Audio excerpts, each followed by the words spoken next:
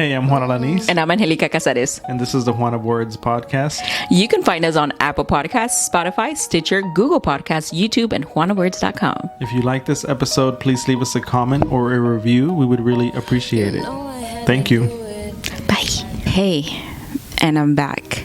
I hope you've enjoyed these other entries that I've been doing. My name is let me introduce myself. My name is Angelica Casares. Welcome to the Juan of Word podcast. Y hoy ando solita. I'm here alone because I've been reading a few entries of Juan's. Juan started blogging 10 years ago, and he has some entries that I thought were worth sharing. Like I said, I hope you enjoyed those last two entries, and I wanted to read you another one here. I hope you enjoy this one. Ay, Dios. Okay. Into the Wilderness by Juan of Words. As human beings, we have a tendency to look back in our past and contemplate what could have or should have been different. Maybe it would have changed the course of our lives in one way or another.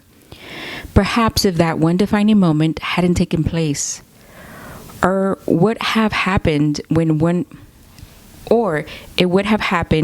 we were more prepared, we could have dealt with it better. Maybe it was a family secret, a divorce, a messy split, a traumatic event that we're still not over today, a realization that hurts us deeply. Whatever the case, we wonder, what if? What if things would have been different? Would it have really made a difference? All the while, we're spending our precious time contemplating and thinking about our possibilities, not realizing that the impact of our own decisions now will also make us wonder years ahead. I say this not as someone who has overcome this human predicament, but as someone who often finds himself wondering too. You see, it's easy to look at what we already know and make judgments about what we or somebody else might have been able to do differently. It's not so easy to look at ourselves in the now and to acknowledge the actions we one day might come to regret. Here's where I'm coming from. A few days ago, I was feeling a little blue, not for a particular reason, just feeling kind of defeated and tired. To overcome this emotion, I decided to take myself on a walk. I ended up at a state park nearby doing something I thought I would never have done before, walking a trail in the middle of nowhere. There I was, a little freaked out about every little noise around me, even my own footsteps against the leaves on the ground, and more than a little concerned that I might not be able to be following the trail back to my car. Had I taken a wrong turn, my fear was ending up on a 9-mile trail in the middle of darkness of the woods, without even so much as a flashlight, as opposed to the 1.5-mile trail I was looking at on the map. It was an impulse last-minute decision to make this trip, and all I had on me was a bottle of water, my cell phone that kept losing signal from one moment to the next.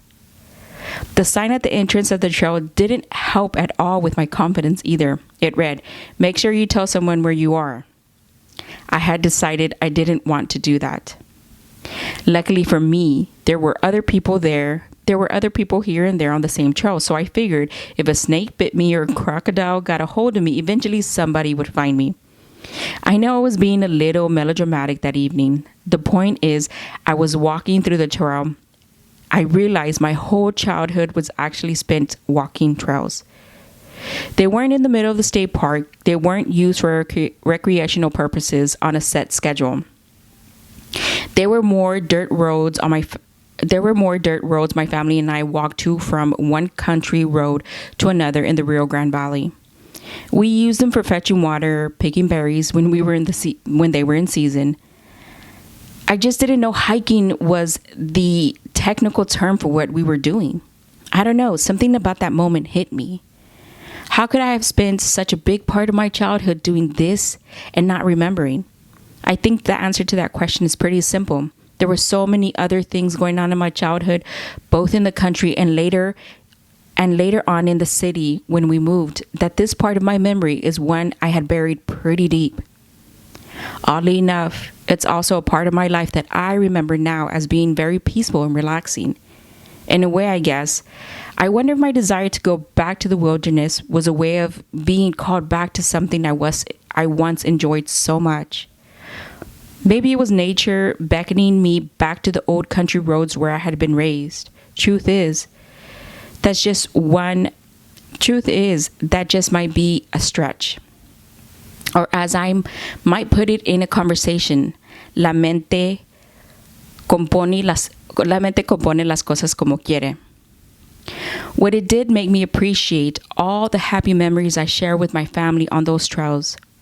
I did something else too.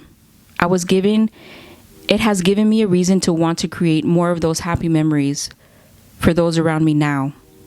If it takes them a lifetime to remember them, that's okay. At least I know I have them. Like I said, my husband is an incredible writer. I hope you enjoyed that. You know I had to do it. Had to. You back up on your bullshit, don't belong to me. You acting all sleazy, I don't like what I see. I got all the game, don't get fucked in your brain. I can do you worse than you ever